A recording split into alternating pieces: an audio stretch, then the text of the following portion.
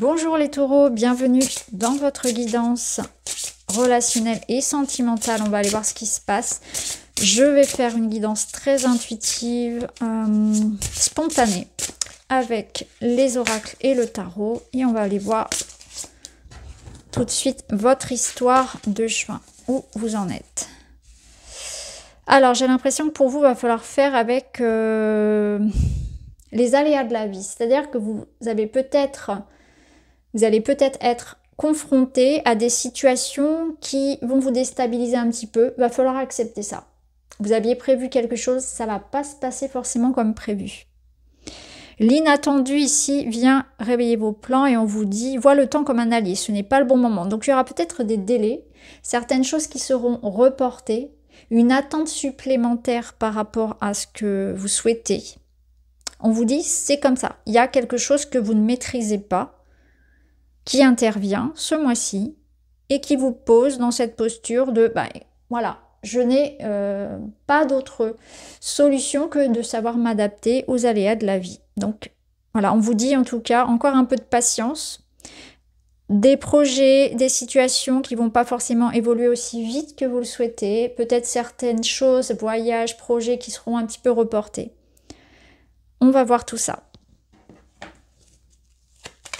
Alors, avec le Lenormand, qu'est-ce qu'on vous dit?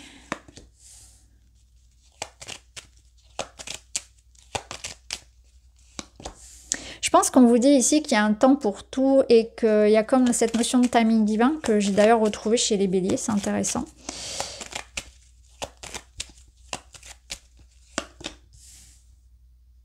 Ça vient. Pour moi, ça vient, mais ça va être plus... les choses vont se faire avec effectivement un petit peu de délai. Je sens que ça vient plus en fin de mois. Donc je pense que pour vous, sur le mois de juin, il va y avoir des petites choses qui vont être un peu chaotiques. Voilà.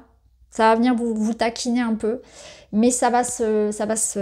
excusez-moi, je vois qu'il y a le reflet. Voilà. Ça va venir se poser sur la fin du mois. Avec la lune, c'est ce que je ressens. Une période de...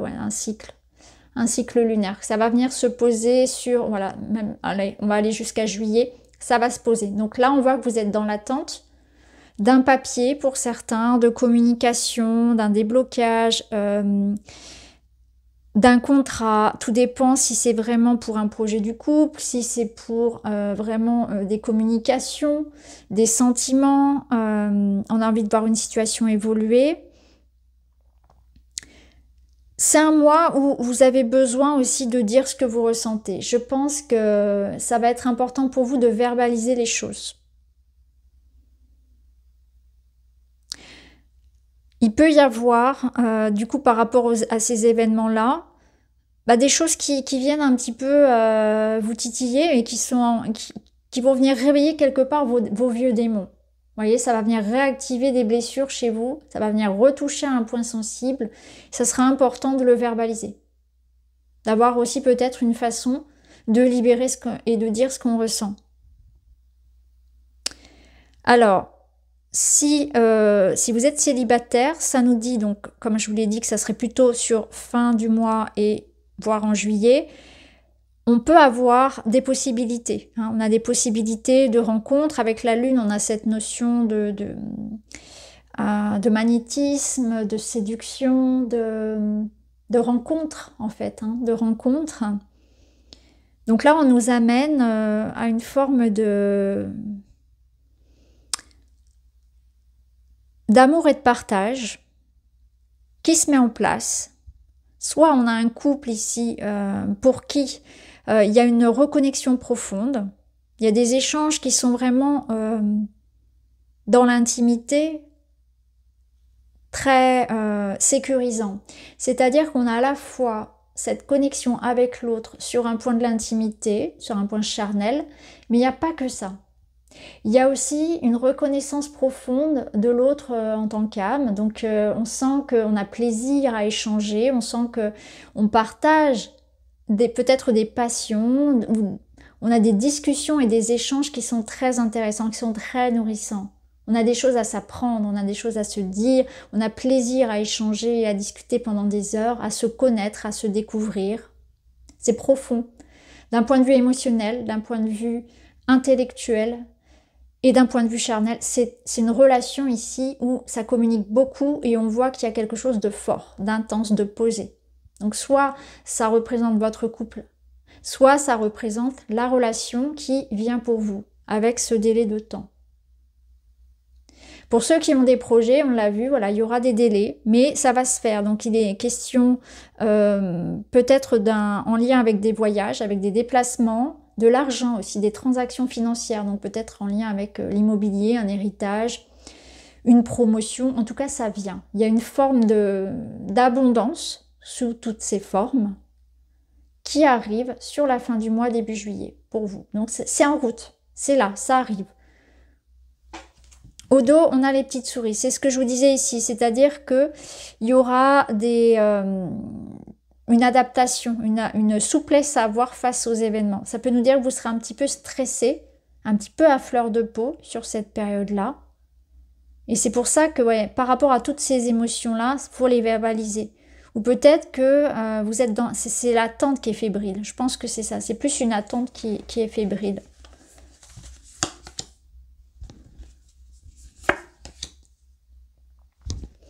Il y a du renouveau, hein. Clairement c'est ça. Waouh, non, c'est très très beau.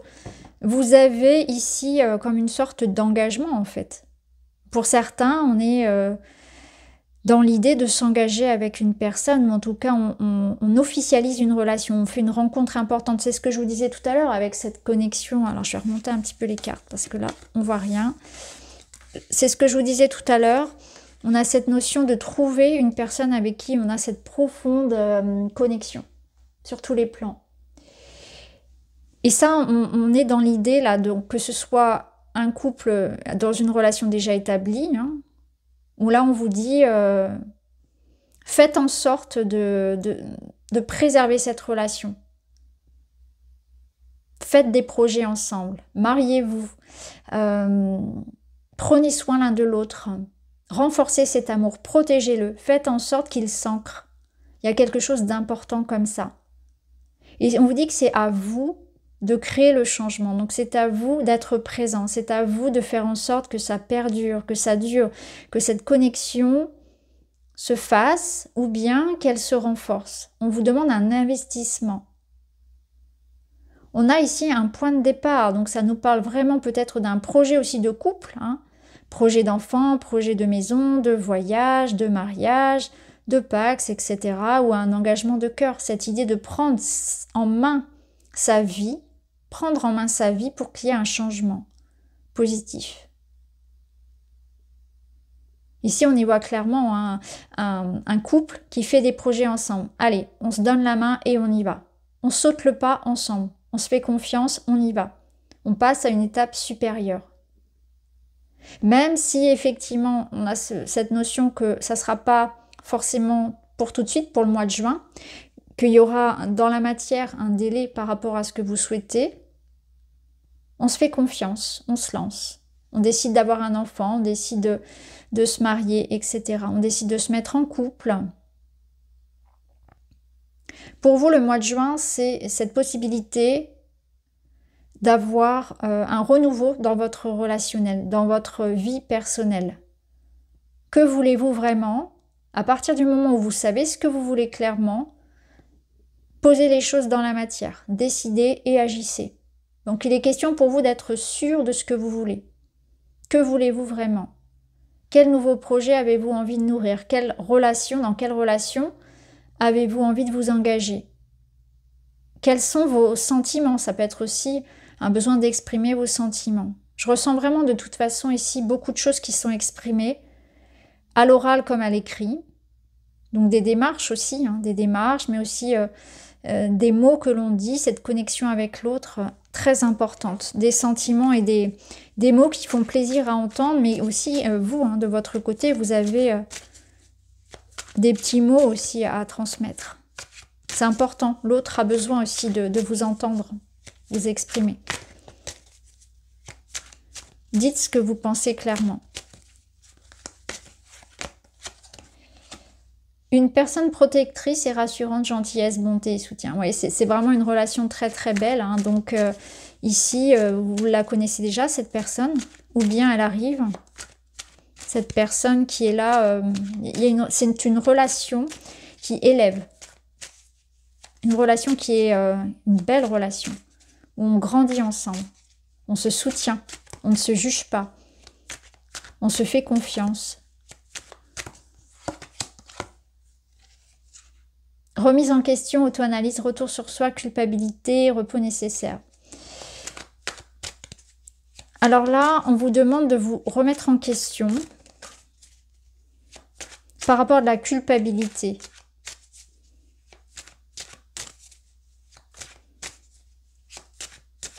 Peut-être des regrets. Ça va être important d'en discuter. Une remise en question, alors on va voir. Troisième carte, besoin de soleil, vacances. Ouais. Je pense que là, en fait, on est en train, avec les remises en question, de voir ce qui n'allait pas, soit dans la relation pour pouvoir la renforcer, soit à un point de vue individuel. On fait en sorte ici d'améliorer la situation. Donc on dit, effectivement, là, j'ai pas été assez présent, j'ai pas verbalisé assez, j'ai pas, vous voyez, on se remet un petit peu en question des deux côtés, de façon à ce que la relation puisse évoluer. Donc on a un regard très juste, très vrai, très honnête sur soi. On s'auto-analyse, on se remet en question là, pour se libérer, voilà, de ce qu'on peut ressentir. Ça peut être aussi l'idée d'aller voilà, d'aller parler à quelqu'un et de lui dire, voilà, je m'en veux de ceci, je m'en veux de cela. Ça peut être quelqu'un face à vous. Hein. Vous voyez, dans le relationnel, c'est toujours, voilà, en effet, miroir.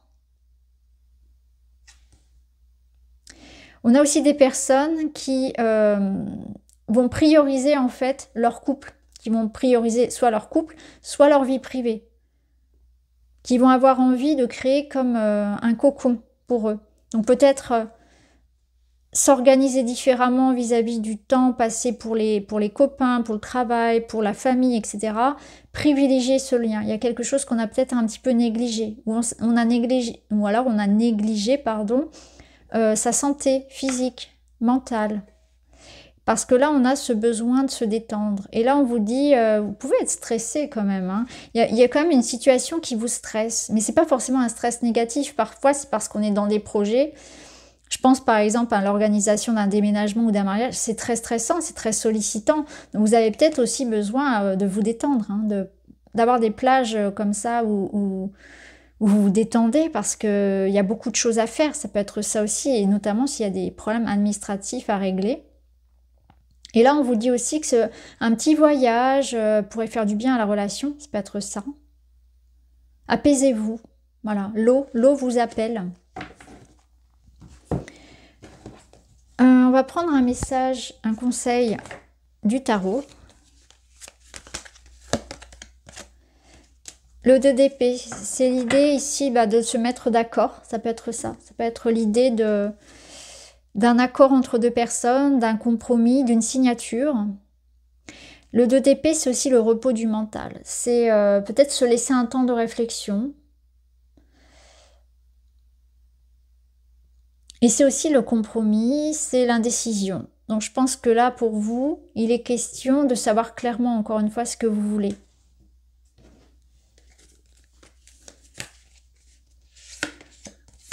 De ne pas avoir une situation non plus de soit tout blanc, soit tout noir. Il y a peut-être, vous voyez, il y a peut-être une troisième épée possible, une troisième voie possible. Ici, on vous parle de votre ligne. Il y a peut-être une compensation du stress par la nourriture. Ça peut être ça. Il y a peut-être le taureau sera très gourmand sur ce mois de juin. C'est possible. Mais je pense que ça marche aussi dans l'autre sens, c'est-à-dire de ne pas être trop dur avec vous-même, parce que là, il se serre la ceinture. Hein. Clairement, c'est un peu ça l'image. Donc attention, hein, pas d'excès dans un sens comme dans un autre.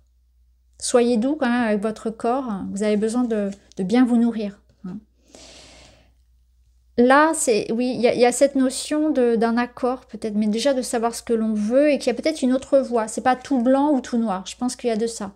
Ne pas adopter un point de vue comme ça, c'est tout blanc, c'est tout noir. Il y a un juste milieu. C'est découvrir les nuances. Ne pas être trop borné non plus. On termine avec un petit message. Et vous avez, j'avance sereinement un pas à la fois. L'important est d'y mettre l'intention. Je me rends compte que je suis capable d'aller beaucoup plus loin que je le pensais. En agissant de la sorte, je dépasse mes peurs pour mettre en place des projets. Je suis sur la bonne voie. Quelle victoire! Ça peut être ça, en fait. Ce qui vous bloque, là, ça peut être vos peurs, effectivement. On a peur de faire un choix avec le 2 d'épée. On a peur de s'engager, on a peur de se tromper. En fait, c'est ça. Ce que vous devez dépasser, c'est la peur de vous tromper. La peur de vous tromper par rapport à une décision que vous devez prendre, à un engagement, peut-être à quelque chose de contractuel.